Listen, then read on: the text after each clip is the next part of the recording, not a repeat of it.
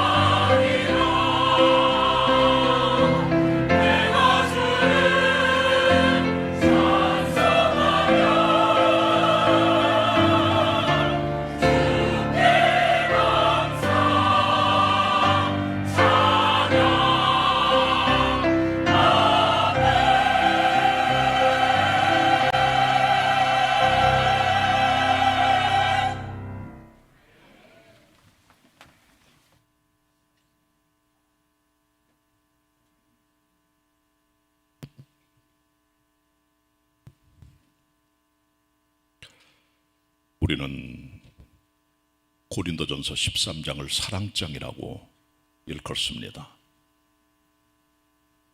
고린도전서 13장에는 사랑의 필요성, 사랑의 속성, 그리고 사랑의 성숙에 대해서 말씀해 주고 있는데, 특별히 사랑의 성숙을 얘기하면서 사도 바울은 같은 장 11절에서 어린아이와 장성한 자의 비유를 해주고 있습니다.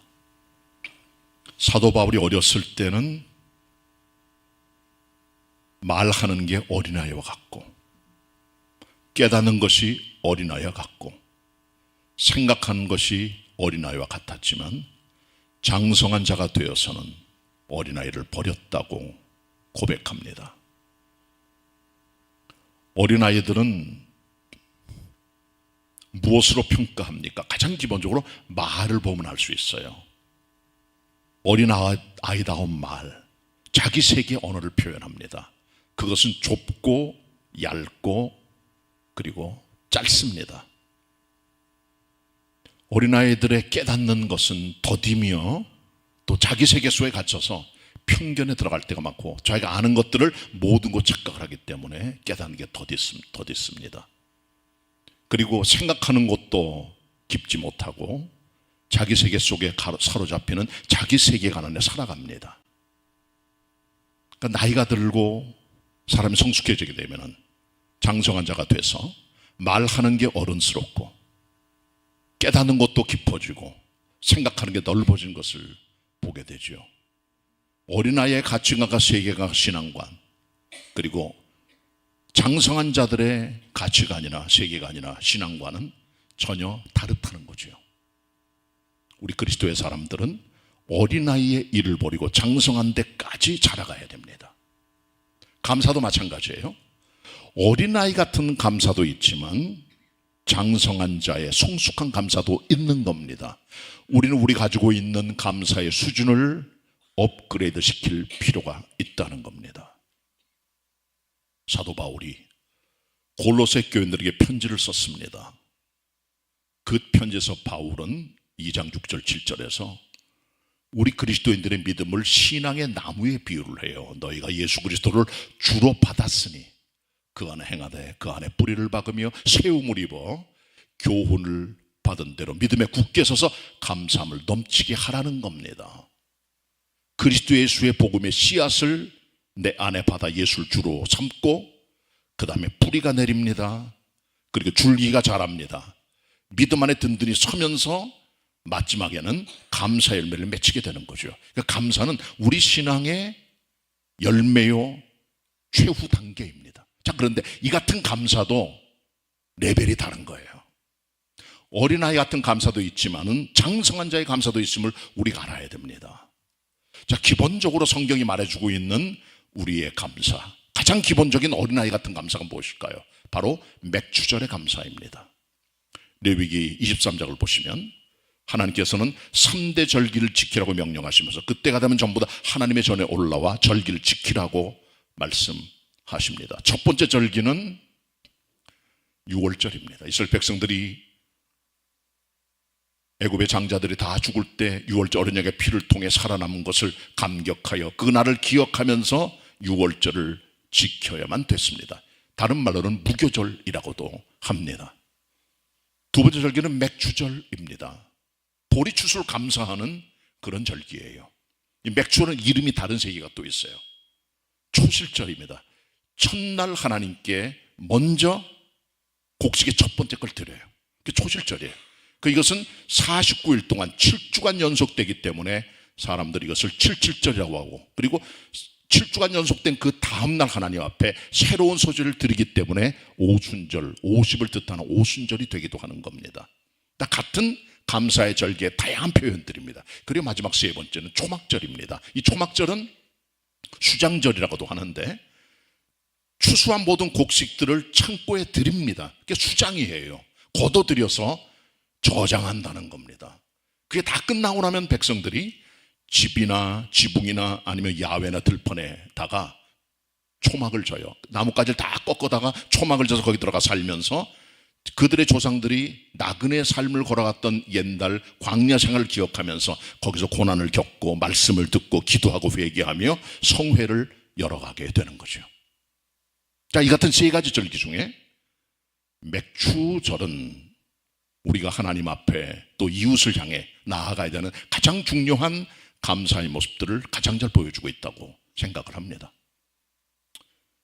레위기 23장 기록되어 있는 맥추절은 두 가지 축으로 형성됩니다. 첫 번째 축은 수직적 감사의 제사, 또 하나는 수평적 나눔의 제사입니다. 하나님을 사랑하는 표현이 하나님께 드리는 감사의 제사로 나타나는 거죠. 맥추절이 되면 먼저 이스라엘 백성들은 추수를 해서 첫 번째 거둔 이삭의 한 단을 하나님께 가져다가 제물로 드려요. 제사장이 그 제물을 받습니다. 그리고 흔들어요. 통째로 드린다고 합니다. 그리고 번제, 소제, 전제와 함께 이것을 드림으로 하나님께 온전히 바쳐지게 되는 겁니다. 하나님께 드리기 전까지는 절대로 입에 대면 안 돼요. 떡 먹어도 안 되고 볶은 곡식 만들어도 안 되고, 그리고 생이삭을 먹어도 안 되도록 주님께서 말씀하셨죠. 왜? 첫 번째 걸 드림으로 모든 수출에 대한 감사와 우선순위를 하나님께 드리는 하나님 사랑의 마음이 바로 맥추절의 사상이기 때문인 것이죠. 이처럼 수직적인 감사의 마음, 하나님 우선의 사랑의 마음이 바로 수직적인 맥추절의 기본적 축입니다. 두 번째 축은 수평적 사랑의 나눔의 제사입니다. 6월 이 맥추절이 되면은 이스라엘 백성들은 추수할 때 밭 모퉁이까지 다 베드리잖아요. 대강 듬성듬성 베요.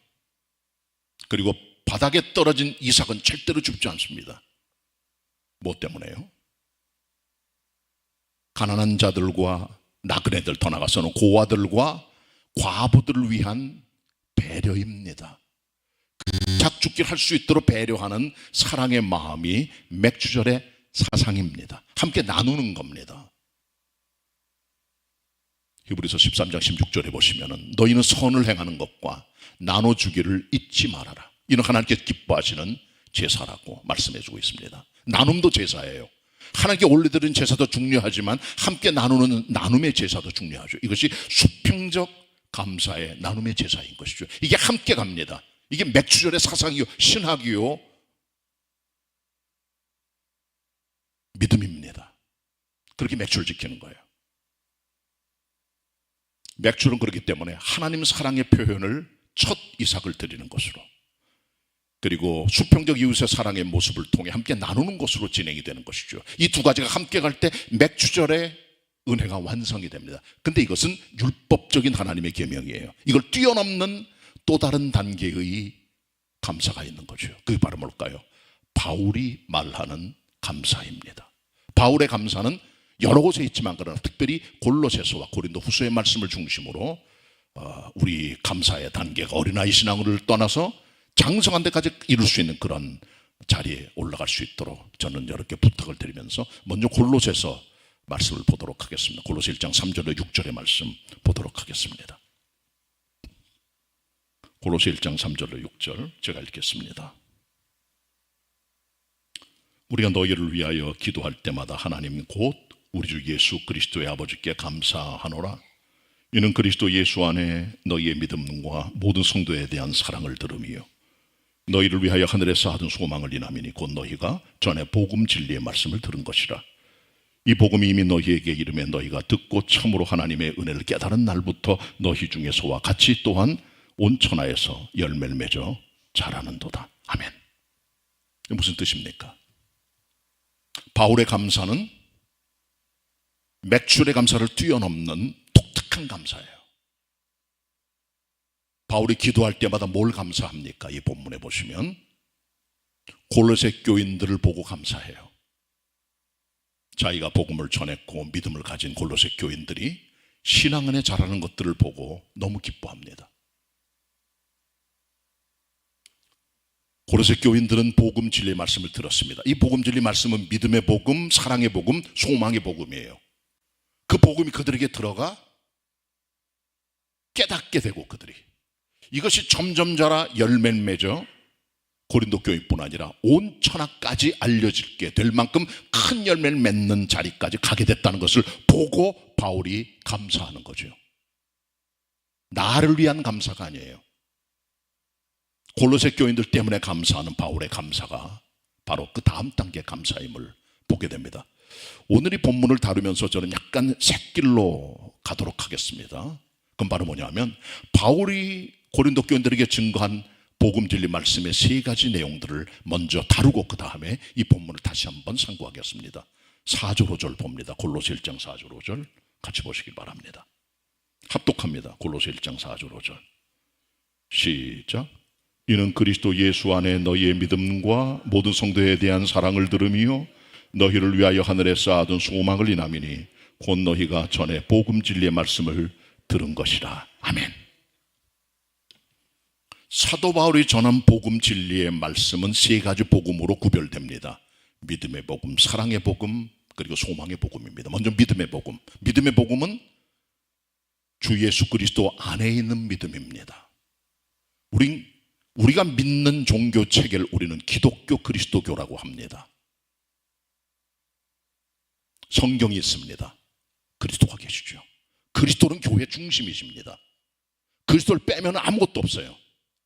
예수 그리스도 교회의 주인이시오, 머리시오, 우리의 신앙의 핵심이요 대상이요 우리의 모든 것이 되시죠. 예수 그리스도. 예수를 외에는 어떤 구원이 없습니다. 타종교 구원 없습니다. 기독교는 대단히 배타적으로 보이고 그리고 독선적으로 보이지만 그 말이 맞습니다. 기독교는 배타적입니다. 독선적입니다. 하나님의 거룩한 사랑의 독선입니다. 그 방법 외에는 구원이 안 되는 거예요. 타종교로 구원 못 받습니다. 예수님 정확하게 말씀하셨어요. 내가 곧 길이요 진리요 생명이니 나로 말미암지 아버지께 올 자가 없느니라. 어떤 다른 방법으로도 하나님께 못 나아갑니다. 나간다고 하는 사람 착각들입니다. 그건 불가능해요. 사도행전 4장 12절에서도 하나님의 종 사도 베드로가 설교하면서 다른 이름으로는 구원을 얻을 수 없나니 천하인간에 하나님께서 어떤 구원받을 이름을 그리스도에 준 적이 없다고 말씀하셨죠. 세상 길은 넓은 길입니다. 넓은 문입니다. 다 글로 갑니다. 편안하게 믿습니다. 즐겁게 믿습니다. 그러나 그것이 구원은 아니에요. 구원은 좁은 문입니다. 법륜스님 같은 분들, 말 잘해요, 똑똑하고 지혜롭고 황창현 신부 같은 분들, 타종교도 정말 지혜로운 사람들이 있어요. 그러나 그게 구원은 아닙니다. 삶의 지혜를 줘요. 그러나 구원은 그리스도에서 한 분밖에 안 계세요. 하나님의 사랑의 독선입니다. 어떤 것도 그리스도를 비교할 수 없어요. 정확한 믿음의 방향을 잡아야 돼요. 예수 그리스도 안에 있는 믿음, 이게 믿음의 복음이요. 이것이 바울이 증거했던 그리스도에서의 복음임을 우리가 알아야 되는 겁니다. 그리스도 외에 다른 종교를 찾거나 다른 구원을 얻기로 한다면 교회를 떠나가셔야 돼요. 그리스도 예수 안에만 생명과 구원과 여러분의 인생의 중심이 달려있다는 것 절대로 잊어버리면 안 됩니다. 두 번째는 사랑의 복음입니다. 바울은 말합니다. 골로새 교인들에게 두 번째 복음 진리의 말씀은 모든 성도에 대한 사랑입니다. 모든 성도를 사랑하는 겁니다. 구별하지 않고 차별하지 않고 인종, 민족, 국가, 계급, 사회적인 지위, 경제적 인보차, 학력 다 떠나서 모든 성도에 대한 사랑입니다. 교회 직분자들이 있어요. 장로집사, 권사, 서리집사, 봉사자들이 있습니다. 끼리끼리 직분자들끼리 함께 지내는 것 자연스럽지만 교회는 같은 공동체입니다. 함께 섞이고 함께 나가고 함께 얘기하고 함께 대하고 함께 밥 먹고 함께 전도하고 함께 나가는 공동체가 교회입니다. 모든 성도에 대한 사랑이에요. 특정한 사람, 마음에 드는 사람하고만 놀고 지내는 건 아닙니다. 교회는 한 몸 된 공동체임을 절대로 잊어버리시면 안 됩니다. 이게 사랑의 복음이에요. 차별 없는 복음, 사랑의 복음, 하나됨의 복음, 몸된 지체의 복음이 기독교의 복음임을 알아야 됩니다. 그걸 주님께서 원하세요. 그걸 주님께서 원하세요. 그 다음에 이제 소망의 복음이에요. 바울은 이것을 하늘에 쌓아둔 소망이라고 말합니다. 사람이 영적으로 성숙하게 되면 하늘을 쳐다보게 돼요. 주님의 재림을 기다리게 돼요. 하나님의 세상을 바라보게 되고 영원한 생명을 바라보는 믿음 안에 굳건히 서게 되는 것이죠. 그래서 바울이 말합니다. 골로새 3장 1절로 3절에서 위의 것을 찾으라, 위의 것을 생각하라. 하늘에 쌓아둔 소망을 바라보라는 거죠. 그리스도인들은 하늘의 소망으로 살아가야 됩니다. 강화도에 가면 홍의 마을이라고 있어요. 1800년대 후반에 홍의 마을에 있는 서당 훈장님이 엽고을에 가서 선교사님을 통해서 그리스도의 십자가의 복음을 듣게 됩니다. 그리고 믿음을 갖게 돼요. 그리고 자기 살고 있는 홍의 마을에 와가지고 사람들에게 복음을 증거하여 여러 사람의 주님께 돌아왔는데 그 중에 한 사람이 종순일이라는 사람입니다. 종순이 희성이에요. 종순일. 이 종순일 씨가 예수를 믿게 됐어요. 그러다가 이분이 어느 날 마태복음 18장을 보니까 탕감하는 비유가 나와요. 1만 달란트 빚진 자가 왕에게 탕감을 요청했더니 왕이 궁유를 베풀어 그에게 1만 달란트, 어떤 분의 계산했다면 이것은 수십조라고 합니다. 이것은 계산 불가능한 천문학적 숫자를 말해 그것을 갚아 그냥 탕감해 줬다는 거죠. 근데 그 탕감받은 사람 밖에 나가서 자기한테 100데나리온, 대략 1000만 원 정도 진 사람에게 가서 빚을 갚으라고. 그 사람이 내가 힘들다고. 그래서 그 사람을 감옥에 가두려고 했다는 거죠. 이것을 든 같은 동료들이 왕 앞에 가서 얘기를 하게 됩니다. 왕께 탕감받은 그 사람이 100데나리온 받은 사람을, 빚진 자를 용서하지 않았습니다. 왕이 분노하여 1만 달란트 빚진 사람을 옥에 집어넣는 그런 스토리가 나옵니다. 이건 비유예요. 그래서 은혜를 받게 됩니다. 그리고 이분이요, 부자예요. 이 종순일 씨가 땅도 많고 집도 있고 넉넉한 사람입니다. 그래서 많은 사람들이 땅과 여러 가지 것들을 담보를 잡고 그 다음에 돈을 빌려갔어요. 종순일 씨한테.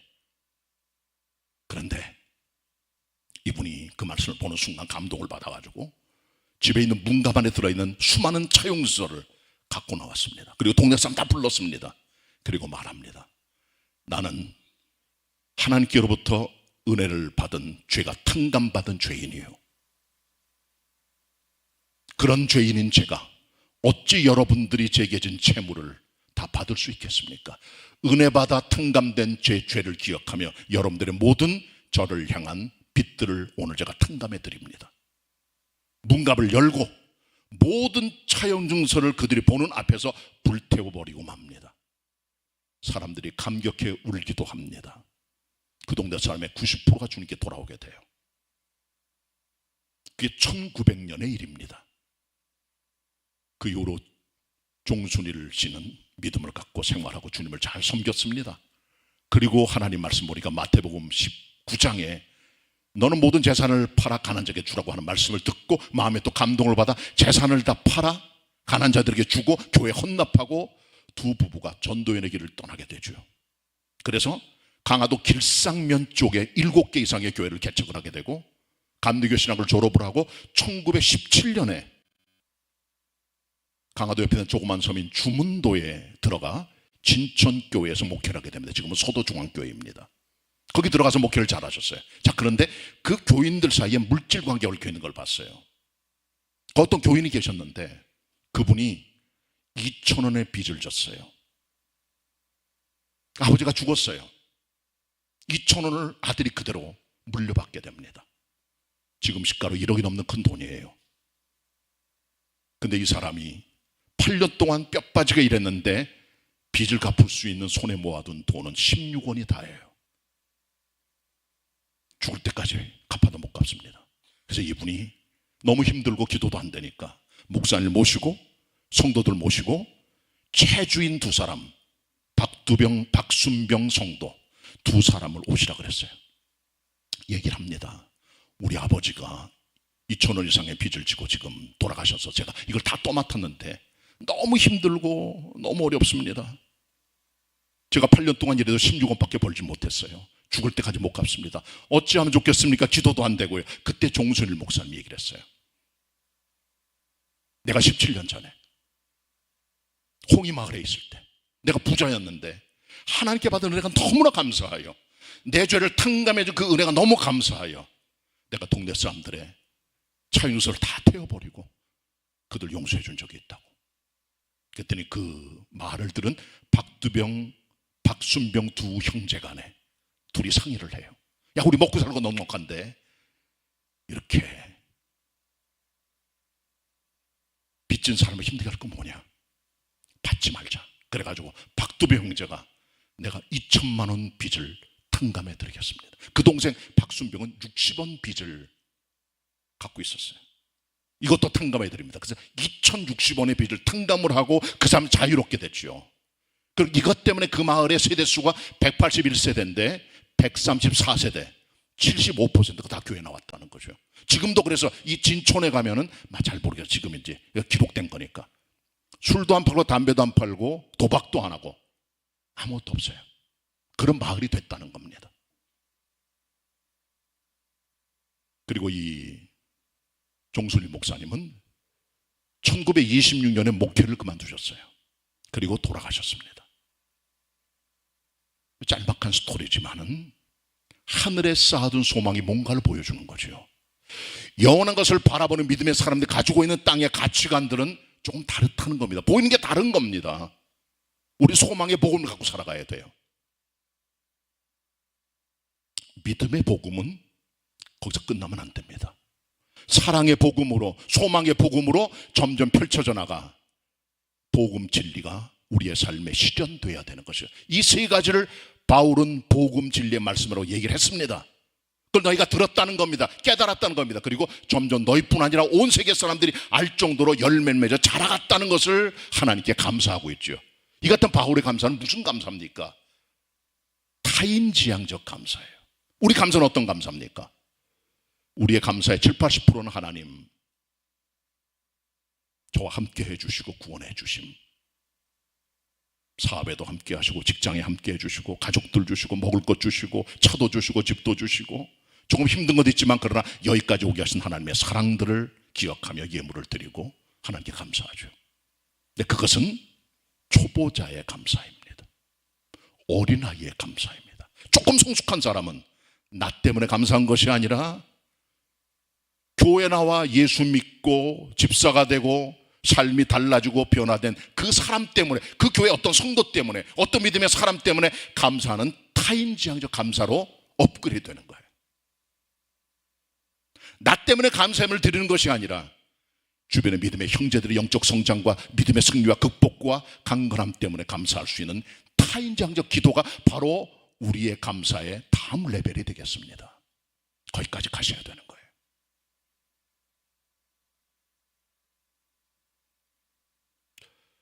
자, 그 다음 고린도후서에 나타난 바울의 감사를 봅시다. 고린도서 1장 8절로 11절 말씀 같이 보도록 합니다. 고린도서 1장 8절로 11절 제가 읽겠습니다. 형제들아, 우리가 아시아에서 당한 환난을 너희가 알지 못하기를 원치 아니하노니 힘에 지나도록 심한 고생을 받아 살 소망까지 끊어지고 우리 마음에 사형 선고를 받은 줄 알았으니 이는 우리로 자기를 의뢰하지 말고 오직 죽은 자를 다시 살리시는 하나님만 의뢰하게 하심이라. 그가 이같이 큰 사망에서 우리를 건지셨고 또 건지시리라. 또한 이후에라도 건지시기를 그를 의지하여 바라노라. 11절 같이 봅니다. 시작. 너희도 우리를 위하여 간구함으로 도우라. 이는 우리가 많은 사람의 기도로 얻은 은사를 인하여 많은 사람도 우리를 위하여 감사하게 하려 함이라. 조금 문장들이 꼬여있죠. 원래 우리 바울 서신은 문장이 많이 꼬여있는 만연체가 많다 보니까 읽다 보면은 핵심을 놓치기 쉬워요. 이게 무슨 말입니까 대체? 사도 바울은 아시아에서 엄청난 고난을 받았어요. 그게 무슨 고난인가? 바울은 말하지 않습니다. 그러나 바울과 고린도 교인들 사이에는 교감이 있어요. 바울이 경험했던 아시아에서 당한 고난과 아픔을 바울도 알고 고린도 교인도 함께 알고 있는 겁니다. 같이 알고 있어요. 그걸 너희가 기억하지 않느냐? 그걸 너희들이 알고 있지 않느냐 말하면서 내가 많은 환난과 고난 중에 살 소망이 끊어진 것을 너희들이 봤지. 난 사형 선고 받은 사람이었어. 그러나 죽은 자를 달리 살리신 하나님의 은혜가 여기까지 와서 하나님의 종으로 서게 되었는데 이게 하나님의 은혜다. 이 일을 위하여 고린도 교인들 너희들과 많은 성도들이 함께 기도하여 내가 여기까지 왔기 때문에 이것을 이길 수 있는 하나님께 감사한다는 내용이 이 본문의 내용들입니다. 이 바울의 감사는 이 본문을 통하여 고난 중에 함께 하신 하나님의 흔적을 기억하며 드리는 감사인데요, 이 같은 바울이 환난과 고난과 역경과 사형 선고 받던 것 같은 그런 소망이 끊어지는 중에도 감사할 수 있었던 그 원인이 뭘까요? 바로 예수 그리스도입니다.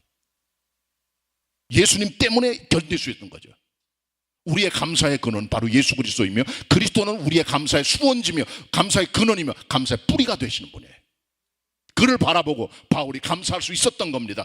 환난 중에 산소만 다 끊어지고 죽은 자처럼 사형 선고 받은 사람이 되었을 때도 이길 수 있었던 것은 고린도 교인들의 기도와 많은 성도의 기도 때문에 된 것임을 알면서 이 모든 방향을 그리스도를 향하는 것을 발견하게 됩니다. 18절 보도록 하겠습니다. 18절입니다.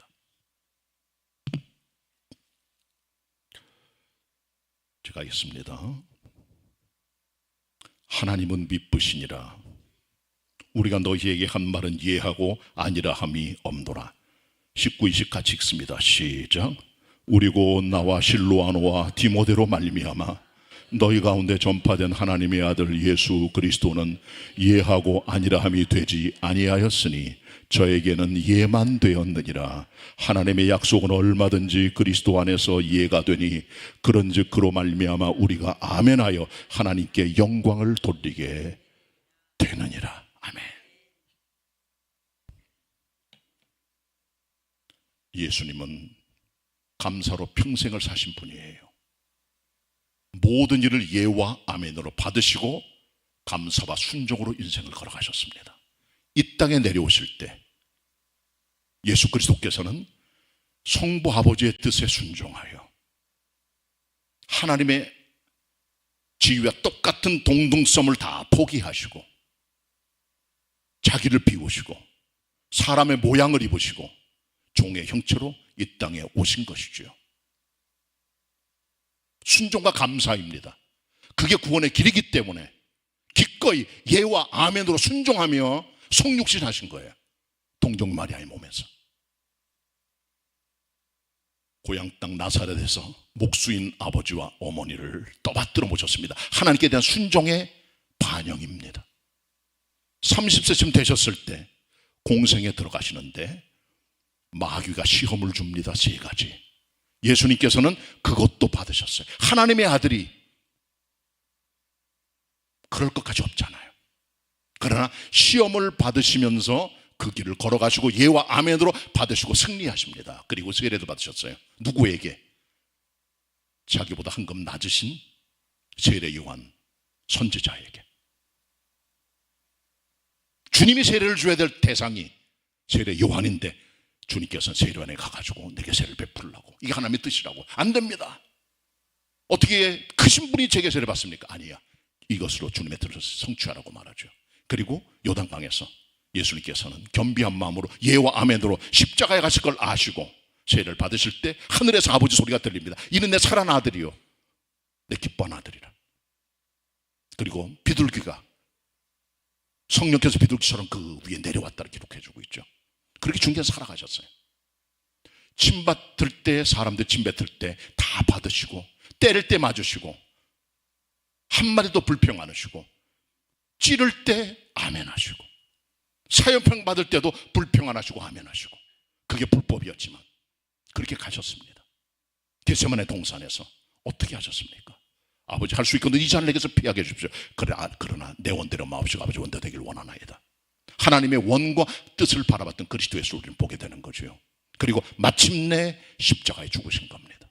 예수님의 생애는 한 번도 아니오가 아니라 예와 아멘으로 걸어가신 삶이었음을 보여주고 있죠. 바울이 전파한 복음의 주인인 그리스도 예수는 모든 일에 있어서 예와 아멘과 감사로 가셨다는 것을 바울이 여기서 말씀해 주면서 그 주님 때문에 바울도 예와 아멘으로 자기 길을 걸어갔다고 말해줍니다. 힘들으시면 기도로 돌파해 나가고, 하나님 막으시면 거기서 머물러 하나님을 바라보고, 그렇게 하면서 그는 1, 2, 3차 전도여행과 로마까지가 2번 투옥되는 역사를 통해 하나님의 전도 사역을 마칠 수 있었던 거죠. 바울의 감사의 포커스는 바울 자신이 아니라 그 근원 되시는 예수 그리스도를 지향합니다. 예수 그리스도의 감사와 예와 아멘의 삶이 바울에게 영향을 주어 바울도 같은 마음으로 모든 을 격려하며 전도할 때 예와 아멘의 길로 걸어갔다는 거죠. 이게 성숙한 최고 단계의 감사입니다. 자기 지향적 감사를 뛰어넘어, 타인 지향의 감사를 뛰어넘어 그리스도를 향하는 감사, 바로 그것입니다. 구역에 나타난 감사가 크게 3가지가 있어요. 3대 감사 구역에 첫 번째는 욥의 감사. 욥은 정직하고 죄악을 떠난 의로운 믿음의 사람입니다. 사단에게 예수님 하나님께서 자랑할 정도의 사람이 바로 욥이에요. 이처럼 흠없는 사람이 없다, 의로운 사람이 없다라고 하나님께서는 마귀에게까지 자랑하실 정도로 흠이 없는 분이에요. 그 욥이 큰 고난을 당하죠. 아들 7딸 셋이 있었습니다. 양 7,000마리, 낙타 3,000마리, 소 500결이, 앞날이 500마리. 큰 재산을 가지고 있는 그는 영적인 거부일 뿐 아니라 모든 사업체를 가지고 있는 그 동방 지역의 가장 큰 부자였습니다. 근데 어느 날 갑자기 모든 불행한 재앙이 떨어지게 돼요. 옆에 민족들이 쳐들어오고 하늘에서 벼락이 떨어지고 태풍이 불어오면서 아들 7딸 셋에 다 죽고 모든 재산들을 뺏기거나 다 죽어버리고 말아, 불타 죽거나. 하루아침에 그의 재산과 가정은 다 무너지고 맙니다. 그래도 그는 이렇게 고백합니다. 주신 자도 여호와시요 취하신 자도 여호와시니 여호와 하나님만이 찬양을 받으실지니이다. 내가 엄마 뱃속에 나올 때 핏덩어리 적신으로 나왔습니다. 또 제가 돌아갈 때도 그렇게 가는 건 맞지 않습니까? 감사했어요. 2번째 시험이 옵니다. 마귀가 하나님께 허락을 받아 하나님의 사람 욥에게 악창을 줍니다. 너무 가렵고 너무 힘들어 고통스러운 그런 질병이에요. 몰골이 말이 아닙니다. 피골이 상접합니다. 형제들이 그를 보러 와서도 그의 형체를 인식할 수 없을 정도로 완전히 사람이 변화가 된 거죠. 완전히 병자에 죽을 병자에. 그때도 욥은 하나님 앞에 부정하거나 원망하지 않고 감사로 나갔다는 것을 성경 욥기 1, 2장이 보여주고 있죠. 이 같은 욥의 감사도 그리스도를 지향합니다. 예와 아멘으로 가신 그리스도의 은혜와 능력을 바라보는 은혜의 소망이 이미 구약에서 예고되고 있는 거예요. 하박국의 감사를 보세요. 선자 하박국을 보시기 바랍니다. 그는 모든 걸 하나님께 감사했어요. 비록 무화과 나무가 무성치 못하며 포도나무에 열매가 없으며 감람나무 소출이 없으며 밭에 식물이 없으며 우리의 양이 없으며 외양간에 소가 없을지라도 나는 여호와를 인하여 즐거워하며 나의 구원의 하나님을 위하여 기뻐하리로다. 이 같은 하박국의 감사, 모든 게 상실돼도 바로 하박국의 감사도 바로 그리스도를 지향하고 있는 겁니다. 모든 뿌리는 그리스도 예수가 되세요. 올해 우리 표가 무엇입니까? 하루 3번씩 기도하는 그리스도예요. 다니엘서 6장 10절 다니엘을 보세요. 다리오 임금 때 그의 적들이 하나님의 종이었던 다니엘을 무너뜨리기 위해서 계략을 꾸면서 30일 동안에 왕 위에 다른 신들에게 절을 하거나 종교행위하면은 사적으로 들어가는 법령을 왕이 도장을 찍어 그 조서를 통과시켜버리고 말죠. 그게 다 퍼집니다. 근데 다니엘이 경건한 사람이에요. 하나님께 예배하는 사람, 하루 3번씩. 그는 다 압니다, 죽을 것. 사적을 들어가 알고 있지만 집에 돌아가서 전에 해가던 대로 하루 3번씩 예루살렘 쪽으로 창을 열고 엎드려 감사하며 기도하였더라. 이것 때문에 사적으로 들어가죠. 이 같은 다니엘의 감사도 바로 그리스도 예수를 지향하는 겁니다. 모든 감사의 근원은 예와 아멘과 감사로 걸어가신 그리스도의 감사의 근원이요 수원이요 그 뿌리임을 우리가 알아야 되는 겁니다. 거기서 모든 감사가 나가는 거예요. 그리스도의 감사의 삶이, 예와 아멘의 삶이 사도 바울에게, 욥에게, 하박국에게, 그리고 다니엘에게, 모든 하나님의 사람들에게 영향을 주고 있음을 우리는 기억하고, 우리의 감사는 최고 레벨인 예수 그리스도를 지향하는 데까지 나아가는 성도가 돼야 됩니다. 우리의 기도는 너무나 어린아이 같습니다. 우리의 감사가 그렇고요. 나 때문에, 내 사업 때문에, 내 어떤 신변의 어떤 것들 때문에 감사하는 것 좋지요. 그러나 그것을 뛰어넘어 우리는 타인지향적 감사, 더 나아가서 예수 그리스도의 예와 아멘의 감사를 따라갈 수 있는 감사의 사람이 돼야 되는 겁니다. 어린아이의 감사에 머무르지 마시고 장성한 자의 자리까지 갈 수 있는 감사의 성도들이 다 되시기를 축원합니다. 기도드리겠습니다. 하나님, 부족한 사람이 주의 말씀을 대언하였습니다. 우리의 감사는 너무나 편협하며 자기지향적인 것들이 많습니다.